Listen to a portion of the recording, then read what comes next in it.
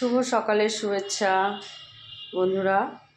আমি আমার ঠাকুরঘর তো তোমাদেরকে অনেকবার দেখিয়েছি। এইটা হচ্ছে আমার রাধা গোবিন্দ আর গোপালের আসন।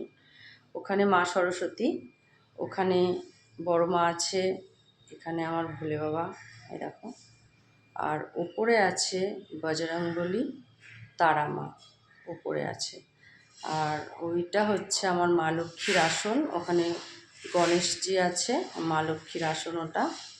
আর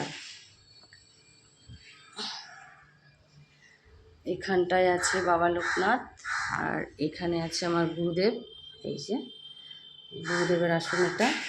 আর এটা আমার মা লক্ষ্মীর আসন। চলো বন্ধুরা, আমার ঠাকুরঘরটা তোমাদের কেমন লাগলো কমেন্ট করে বলো।